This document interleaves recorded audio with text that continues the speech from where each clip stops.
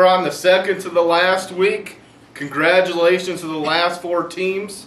Weather made a big impact last week with Brady in that snowstorm. So sorry, Brady and the boys. You had a great year, but just the snowstorm. Also, guys, for players this week, watch out for the weather. You'd hate to lose because of one player not getting any touches because of the snowstorms.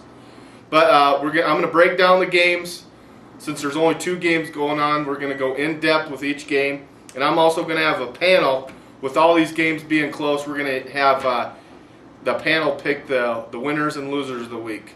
So why don't we start out with Talk Radio Junkies, who go over his team.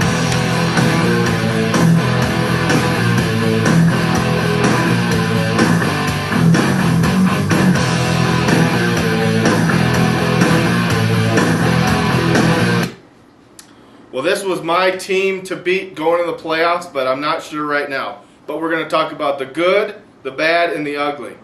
The good. Boy, they got two guys just going on fire right now. Tomlinson and Steven Jackson, folks. Look for them to go 20-plus again this week. Also, Kurt Warner. He's getting old, but he's got a great matchup this week. Look for him to get going against Atlanta. His bad. I think his bad this week is starting 2 wide receivers from the same team. That could be doom or gloom. Don't know which way it's going to go. If Colts can get their high-powered offense going, that might be a good move. They're ugly. Kellen Winslow, who is a great tight end, has been cold the last 3 to 4 weeks. Hopefully he can get back on track, but I'd say that he's ugly. Well, that's Talk Radio, folks.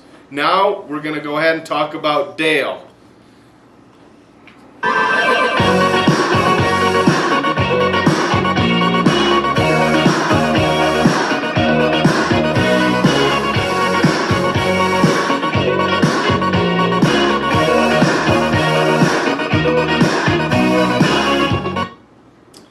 We got the good and the bad and the ugly for Dale.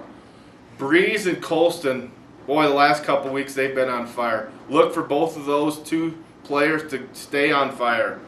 And Scheffler, starting him at tight end was a good move this week.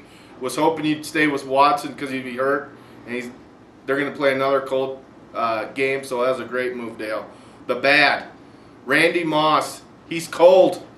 Hopefully he can turn around for you this week, but it's going to be cold again. Look for the Patriots to run the ball a lot. And the only ugly for Dale, I would say, is his team name. Dale, if you need some help out for next year, let me know. But all his players I don't think are too ugly, just his team name. Well, those are the 2 games coming up. Let's talk about the next team, which is future Hall of Famers.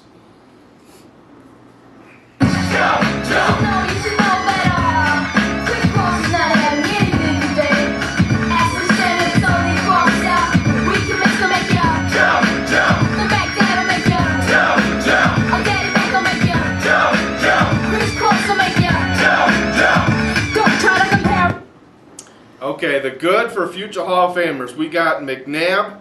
I think he's going to have a huge game against New Orleans. And look for Jamal Lewis to keep running the ball. And also, I think this is going to be a big one for you this week, future Hall of Famers. Steelers defense playing the Rams. The Rams turn the ball over like crazy. It's bad. He's got a couple bad ones this week. Clinton Portis against Minnesota. Minnesota's awesome at run defense. And McGahee against Seattle. I don't know whether McGahee's going to be able to go off against the Seahawks. His ugly, I don't know why. I just think Brandon Marshall is not going to have a very good game against San Diego. So that's my in-depth of future Hall of Famers. Let's talk next. Let's talk about boneheads.